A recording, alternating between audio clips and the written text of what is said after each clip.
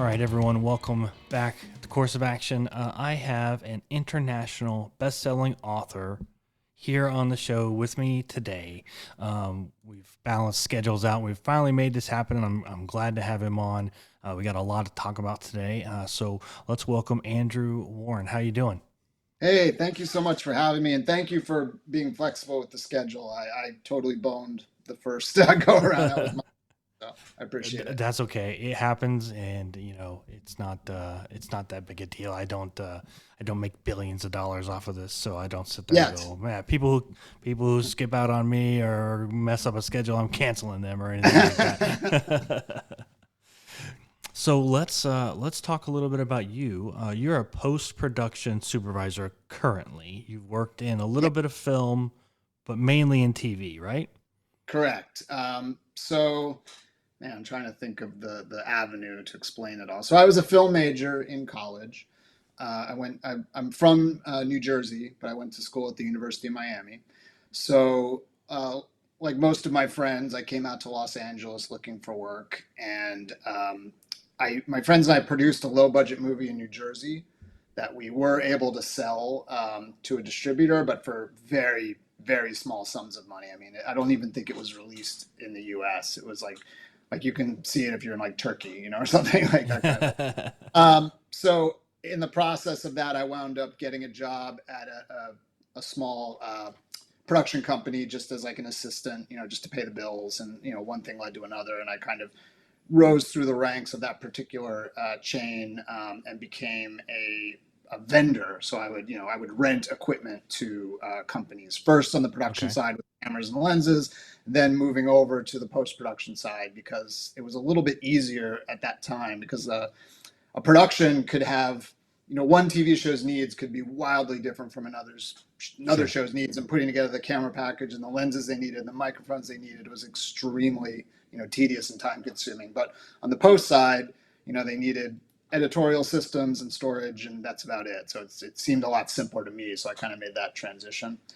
And then so eventually I hopped from the vendor side to the client side because I'd been working with so many clients and a lot of them were new to posts and I'd been doing it for a long time. So I would kind of guide them through the process, and they would end up kind of reaching out to me with like questions about like how they should schedule their own internal calendars and stuff. And I would just help them out. And eventually I just kind of had a large enough base of people like that I could transition over into being a post supervisor and run post production for them from the client side rather than the vendor side.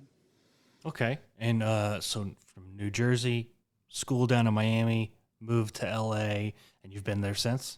Correct. Yeah, I've been here so long now. I think I'm officially a native, but I've been here long So, enough to. I'll put it that way. When I yeah, first moved okay, here, okay, that's it's fair. end. Now I love it. So. So, what is it like breaking into that business? And you said you've done some writing, some post production, some other production, film and TV, but a little more heavy on the TV side. What was it like, kind of breaking in to that industry that is notoriously a difficult industry to get into? Because it seems like everybody's got an idea and everybody's got a vision. What was it like breaking into that and really finding work? I mean, it's definitely, like you said, it's extremely difficult. And I definitely think it comes down to who you know, but not in, I think a lot of people hear that and they think that it's like in a sort of shallow sense, like you are, like networking and trying to ingratiate yourself with people. But honestly, I think it's more as you work in the industry, you get to know different people, and all those people are all on other trajectories. Everyone wants to be doing something else. They're all kind of working their way through the system. And if you help someone just, as out of the, I've helped many people. Like I said, like when clients would call me with questions that, weren't really necessarily what my job was, I would still try to be helpful to them. And so then later when I was looking for work, those people knew me, so they knew that I was genuine, that I was helpful, that, that I was a good guy to work with. So I think it's all about who you know and the reputation you build with those people, and the friends you make and the connections you make as you're all like kind of trying to navigate this maze. And you just never know where those things will lead. You know, the way I got my first TV writing assignment was maybe I can't actually now I can't remember his first or the second, but one of the larger ones was a friend, a client who was a friend called me up to rent some equipment, and I said, "Oh, I'm not actually renting equipment anymore. I'm a post supervisor." He said, "Oh, I need a post supervisor. You should come over." And so he hired me as a post soup on his show. Wow. They were doing a sizzle for another show they wanted to pitch, but they didn't have a script. And I was like, "Oh, well, I'll write something off really quick." And so I wrote a script for them, gave it to the head of development, who read it and he liked it. And I went home for the night, and when I got home, that guy called me on my cell phone. He's like, "Hey, I showed this to the president of the company." He's like, "Who wrote this? And this is great." And so from then on, I started writing for them. And so when they sold a show, I pitched them some ideas, and they brought me on as a writer. So it's just it's I never would have had that opportunity if I didn't have that relationship with that client. But it wasn't like me trying to like manipulate the guy. It was just a genuine connection that we built up over the years. So Okay.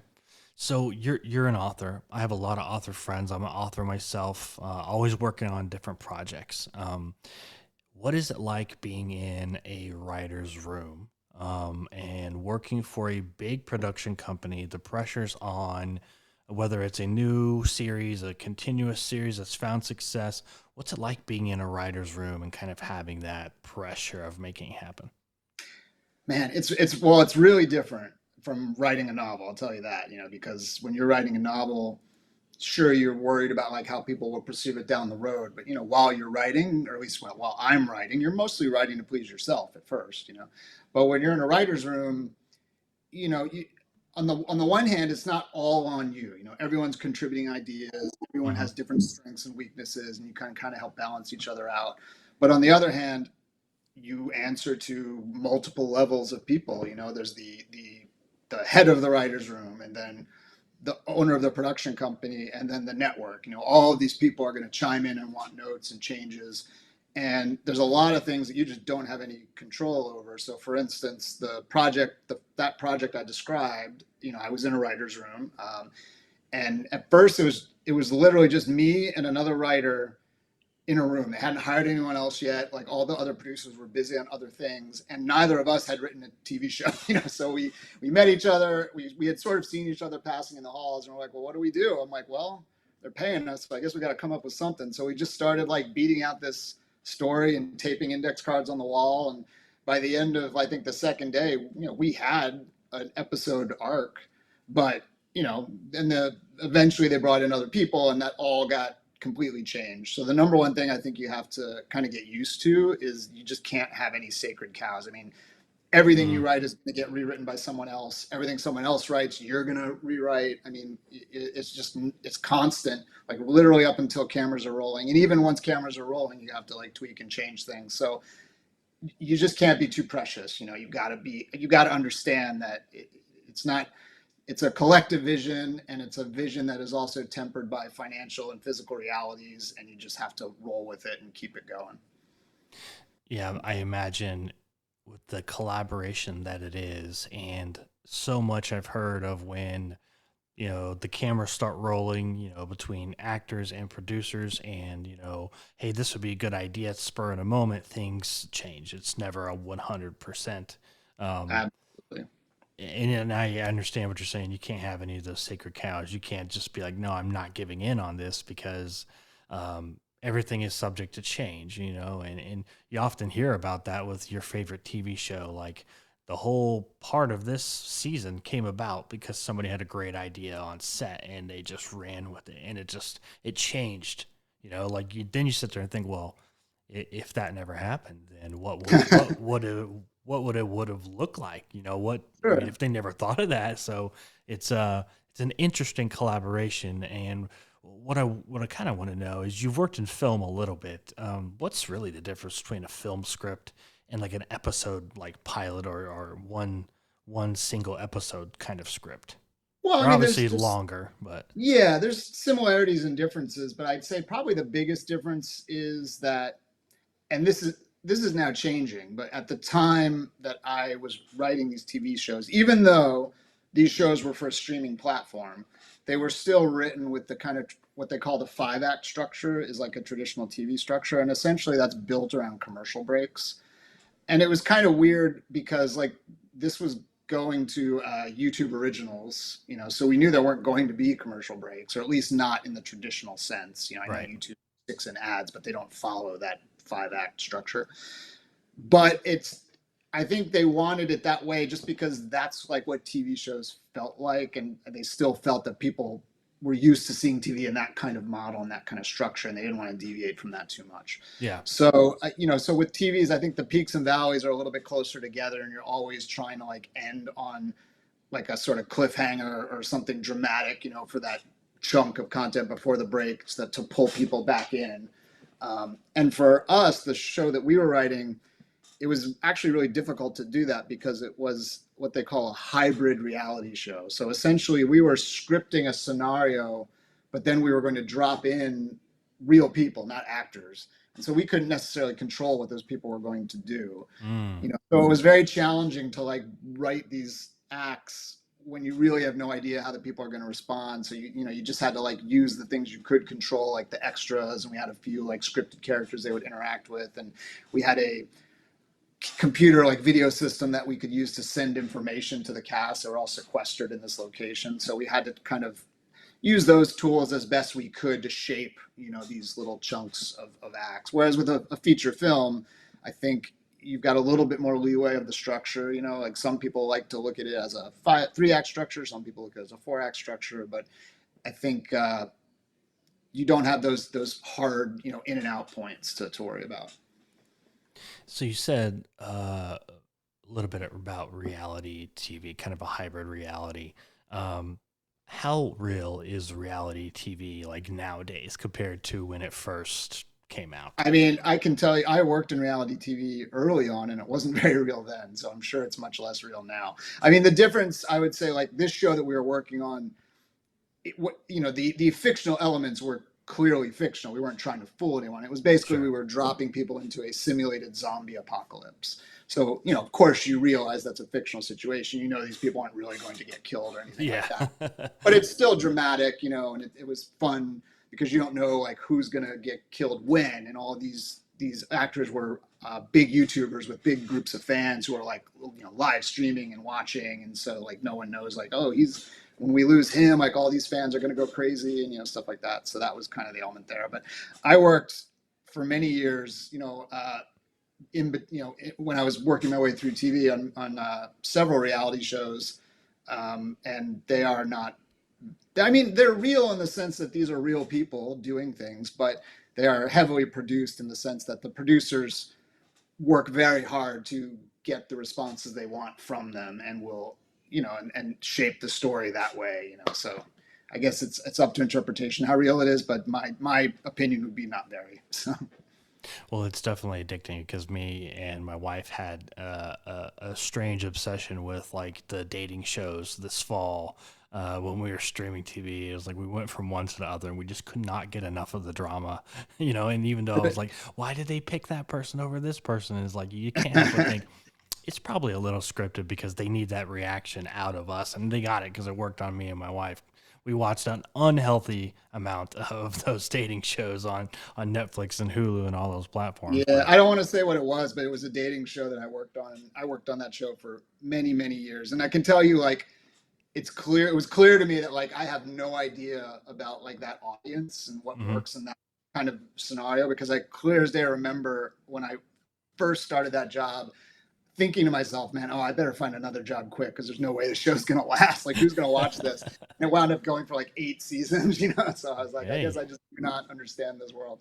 But yeah, my wife is addicted to The Bachelor and The Bachelorette, and I completely get why those shows are entertaining. I just think having worked in them for so long, like, and seeing how the sausage is made, I can't really enjoy them. So I sure, yeah, oh yeah, I'm go do sure something else.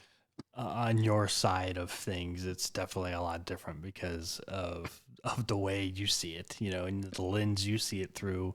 You see hours and hours and hours where we see 30 to 45 minutes, 50 minutes of an episode, and it's cut, in a certain way to keep us going, keep us in, especially on streaming where there isn't, commercials and stuff to break it up. You see 45 minutes straight through before another episode kicks over. But let's talk about writing. Let's segue into that a little bit. Right now, there's a writer's strike. How is that kind of affecting you and what you're doing? Because Hollywood's kind of like Hollywood and television and production is kind of shut down right now. 100%. I mean, so it affects me. If it affects me in a couple of different ways. So as a post supervisor, it affects me because even though I'm not a writer, the show that I am working on is kind of in an unusual situation where it had two seasons with one network, and then the third season is being shopped around. It could be purchased by anybody, and I think because of what's going on, most of the networks and distributors are just very gun shy. No one's going to like be making any big purchase decisions right now, Right, and so right. that's changed our schedule significantly. I mean, what was supposed to wrap up at a certain date, now it's like, well, we need to like extend that date out to give us the most time to sell it and reduce our staff, so that our overheads, as low as possible. So like it certainly has an effect on me and anybody else working in entertainment, in that there's going to be less production and smaller staff, for at least for a while, until they figure out what's going to happen.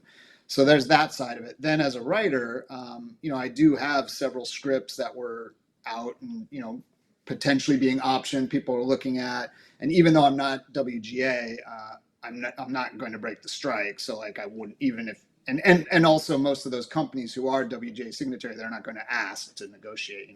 They're not going to buy anything right now. So it just sort of puts a hold on that whole process, which is a long, slow process anyway. Who knows if anything would have come of it? But certainly that's all like on a halt right now. So.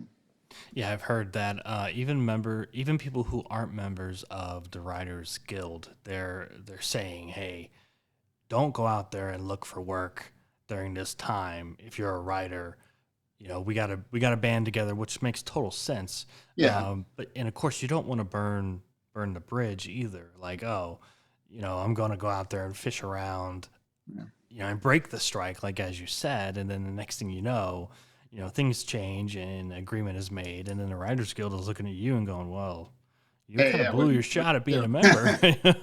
you Now, know? I'm not a lawyer by at all, and so I don't really know all the nooks and crannies of this. But I do know that what you can do, just for anyone out there who's interested, is you can still look for representation. So if you want to send scripts to agents or managers, just for the purposes of them taking you on as a client, uh, you're not prohibited from doing that because they're not buying the script from you. You're not working for them. In fact, it's the opposite. You're trying to get them to work for you.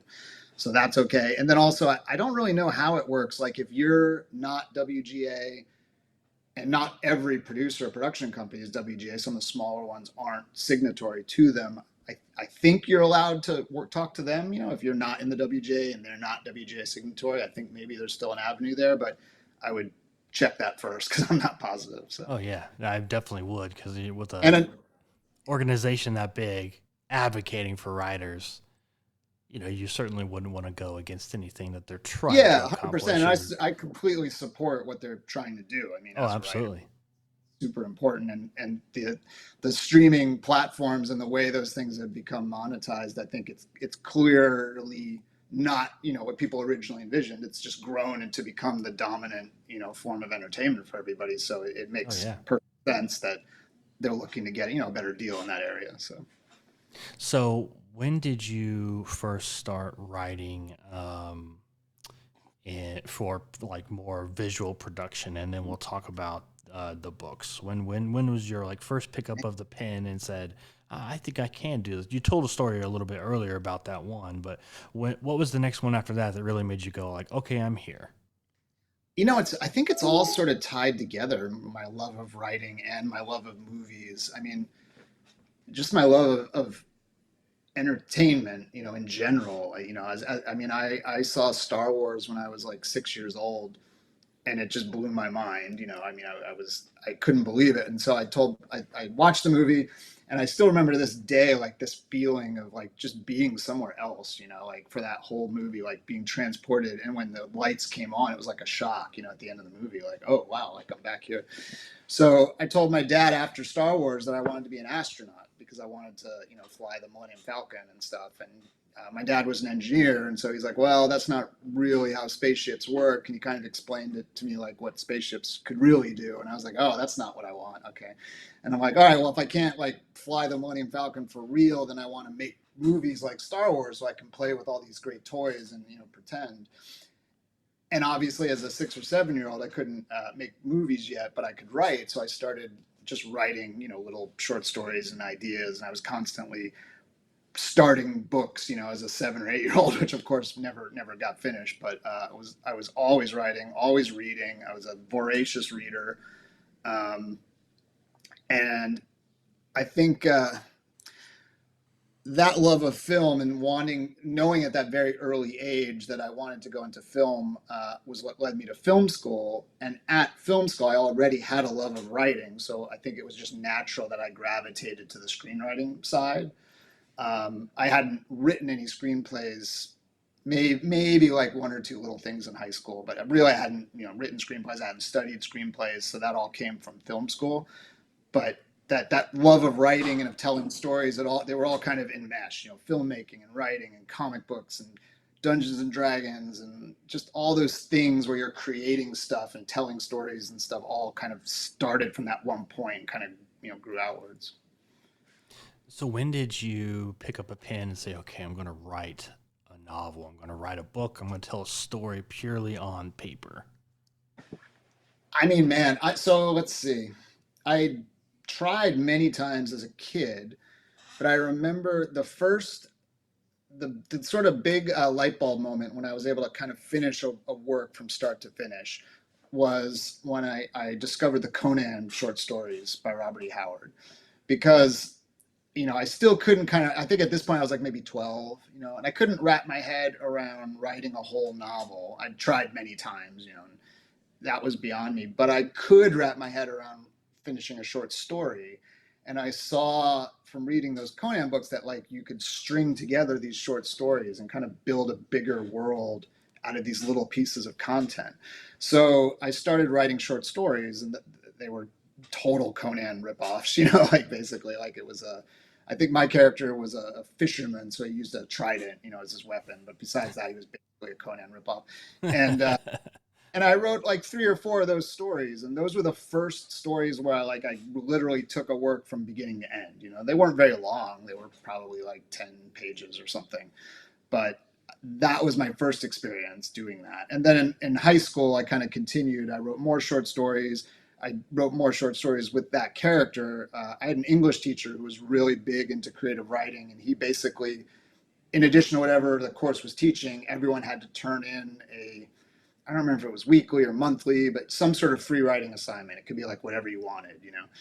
And I just continued writing stories about that character for my free writing assignments. And I remember at the end of the semester, he was like, "Oh man, I'm really gonna miss not finding out what happened, to this character, like because they were all like linked together." You had him hooked. Yeah, exactly. And then in later years, then I started gravitating more to horror, because I had discovered like Stephen King and H.P. Lovecraft, and so I started writing horror-oriented short stories. Um, and then finally, when I got to film school, that was when I started writing kind of a variety of things. Like I took screenwriting classes where I would write a lot of action horror type things, and I also took creative writing classes. I was a film. I was a double major, film and English.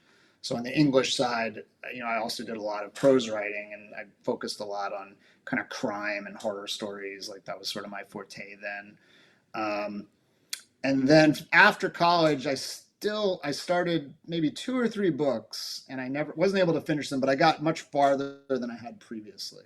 And so I don't consider those wastes of time because I probably got a good 20,000 words into each of them, which they say I think it takes like I don't remember if it's 500,000 or 1 million words before you really develop your personal style and your voice. And so looking back, even though I didn't finish those books, they kind of went into the pool, of writing. Yeah. That finally, I think when I was around 40 when I wrote the first Caine book, which was the first novel I finished, start to finish. And I do think those earlier aborted works helped. They gave me something. They were all words in the bank. You know, they kind of contributed to developing my skills, even though I hadn't finished them. So So the Thomas Caine thriller series, international selling, best-selling books. Um, when did the light kind of come on for that? And you say, "Ooh, I got something on my hands here that I think is going to turn into multiple titles." Because I'm looking on Amazon, it looks like there's 11 different titles in it. yeah, there's like six or one, two, three, four or five in the main series, and then a couple in a sub series, and there's like a box set, you know, in there too. So that's Yeah, probably um, that. So I was always, you know, in addition to Star Wars, I was always a huge James Bond fan growing up, and I always liked spy stuff and thrillers and that kind of genre.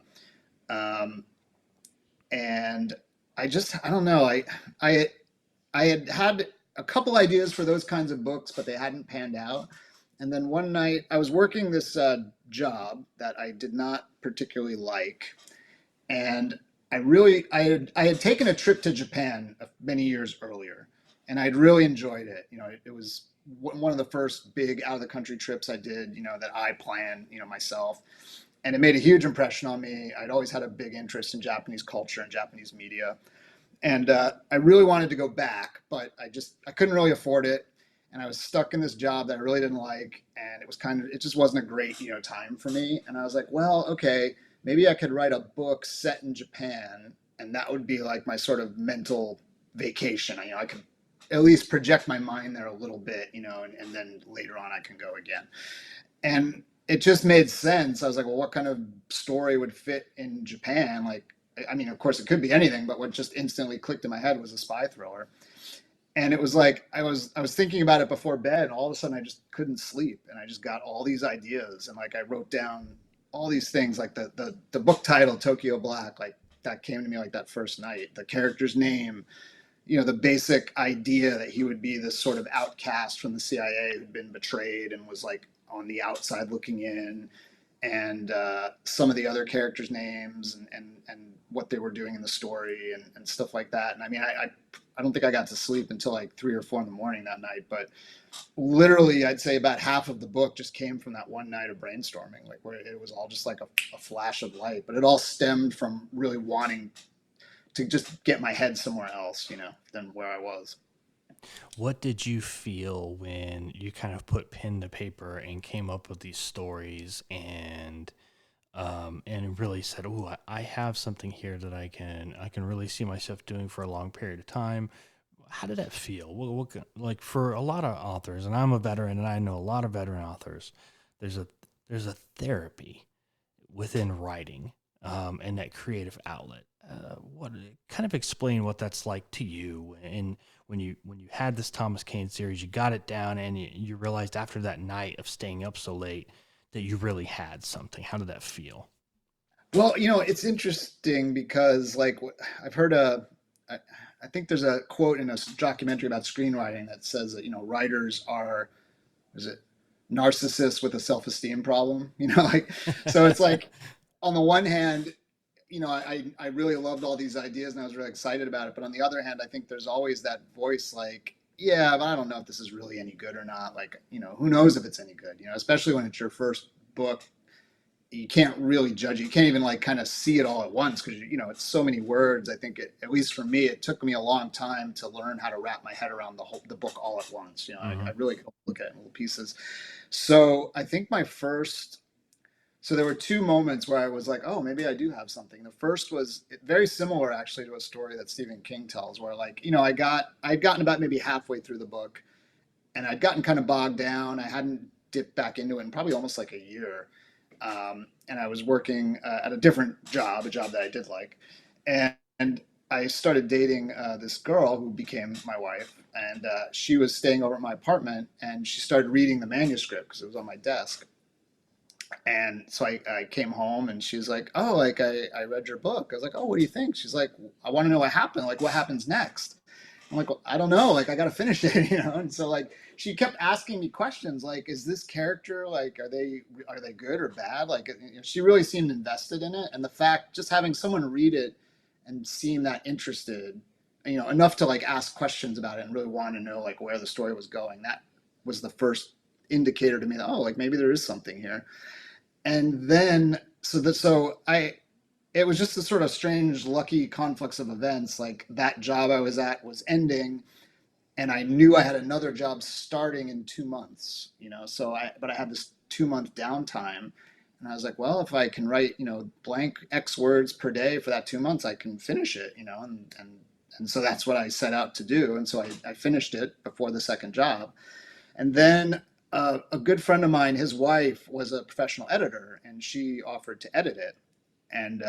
And she was like a friend, but she was someone that I knew would be straight with me. Like Hmm. she's not like she was a professional, and she'd been an English teacher and an editor, and so I was confident that if it sucks, she'll tell me. She'll be nice about it, but she'll tell me. Let you down So easy. yeah, so I gave it to her, and it took her a long time. I think she just got busier with work than she thought. So I think she thought it would just take a couple weeks, but it ended up taking, I think, 3 months for her to get all the way through the book. And I'd kind of forgotten about it, and I didn't really want to bug her. And I just sort of assumed, oh, well, maybe she didn't really like it, or like maybe it needs so much work, that's taking this long. And then finally she called me one night, and she's like, I just finished going through the book. And she's like, I got to tell you, like, this is really good. Like I've edited first novels from lots of other people, and I've never read one that really captivated me this much. And I was like, oh wow, I was not expecting that, at all. Right. So both of those kind of gave me hope, that, oh, maybe there is something here. So the funny thing is, I self-published it on Amazon, and I had done a lot of research, and I kind of had developed a game plan. And that's, if you do it right, that can be a very long process, because Hmm. I realized, well, if I just put this book out here, nobody's going to find it. So first I have to create a mailing list of readers, and to do that, I need to have something free to give them. So I need to write like a novella. So I just put the edited book aside. I wrote a prequel novella. I put that on Amazon. I started giving it away for free as well, and started building up a mailing list. So it was probably like another 6 months before I actually published that Tokyo Black, that book. And when I did, I still remember the first day the reviews started coming in, because I'd built like an advanced review team and gave them copies of the book and said, please leave your review on this day. And I didn't know if the reviews were going to be good or bad. Like I hoped they'd be good, and people seemed to like it, but you never know. And so the first reviews started coming in; they were, overwhelmingly positive. And I remember I just like grabbed my dog and started just rolling on the floor because I was so happy. Like, and just it was just so amazing that it was out there and that people liked it, and people were buying it. And that book wasn't a bestseller, but just getting that response blew my mind. So I don't know if that's like a very deep answer, but it was just one of the greatest moments of sheer joy, that I've had in my life. So, Well, and I think everybody has their own version of that moment to where you get a little bit of verification, yeah, and it might be small, it might be huge, in today where the internet rules all, information is hard to come by. Real information is hard to come by. But when you can get true and honest feedback from people, and you can feel the genuine, that genuine warmth in your chest, and you can go, okay, that was real. I got real feedback, real verification. Somebody really enjoyed this. I did my job, and that's kind of the point, as us as authors, and you as a writer and a production in film and TV. You want to know that what you're creating is enjoyed by someone. There's always going to be people who go, that wasn't for me. I didn't like it. Oh, it sucked. And people who made that are idiots, or they're going to have their own negative opinion. That's fine. Change the channel, you know. But 100%. to hear about real people going, I really enjoyed that and I want more. That's that verification, and we've I all still kind of had remember that. one of those first reviews, because for me, again, like the whole sort of impetus for writing that book was like how much I love Japan and how much I wanted to go back to Japan. And I really wanted to capture how Japan felt to me, like when I was there. So like a lot of the places the character goes are places I went to, or they're modeled on places I went to. And one of the early reviews, someone said, oh, I've traveled all over the world, but I've never been to Japan. And after reading this book, I just bought my airline tickets, and that just blew my mind. That meant more to me than that person could ever know. So Well, and that's when they feel that level of authenticity to a point where they like, I got to go see this for myself. that's huge too, because I think a lot of people, and now I had this discussion with another author a while back, is that fiction has become so much of a reality that and Brad Thor said it best, it's faction.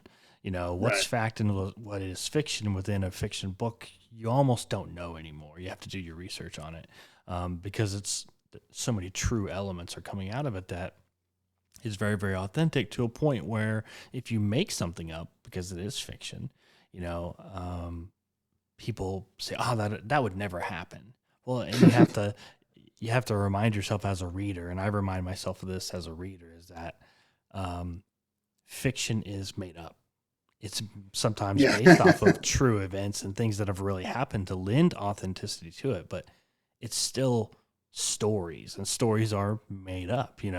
And when people get mad and upset, like, "Oh, the CIA would never do that." Well, yeah, probably not. However, this is a Does it work for the story. story? Yeah. Yeah, For it's me, the all fiction. the yeah, like to me, when I'm reading, all the facts are there to help suspend your disbelief in the story. It's Yeah. if it's I'm not super into like the ultra like detailed techno thrillers, and everyone's got their own thing, and that's great. But for me, like I kind of get a little bored with those books because I like the story, and the drama, and I just want enough reality to let me suspend disbelief so I can get hooked into the story. hmm So the Thomas Caine series, and you said you have that series, then you have kind of a sub series of that, right? What's that one about? I, I do. I have a sub series. The sub series is co-written by myself and another author named Aidan Bailey, and those were featuring the Kane. So the Kane main series, it starts. He's like an agent who's been like betrayed and burned, and he's on the outside. And so like for the first 3 or 4 books, he's kind of operating as either a freelance or rogue operator. And you get little bits and pieces of his past, but it's mostly kept kind of a mystery, like what happened to him in the past. Uh, and so for the other series, it's called the Rapid Fire series. Those are novellas that are set in his past, like when he was an active CIA operative, like a paramilitary officer. And those are co-written, like I said, with Aidan Bailey, who has his own series out called Threat Intelligence. He's an Australian author, super super nice guy, great writer. Highly recommend his books. And he reached out to me with a couple ideas, and I was like, "Oh, would you be interested in doing this?" And we worked it out and signed some contracts, and so we write those together. So what do you have kind of in store now with the writer's strike kind of putting a pause on some of your work? Are you working on another Thomas Caine, another sub series? What are you working on? I have so I wrap up this project that I'm on now in September, which actually, like I said, that was pushed out. It was originally supposed to be July, so I probably won't start anything new until then when I'm finished with that show. But I do have so Aiden and I have a rapid fire novella that I need to kind of finish the editing on. That'll be the next thing that I publish most likely.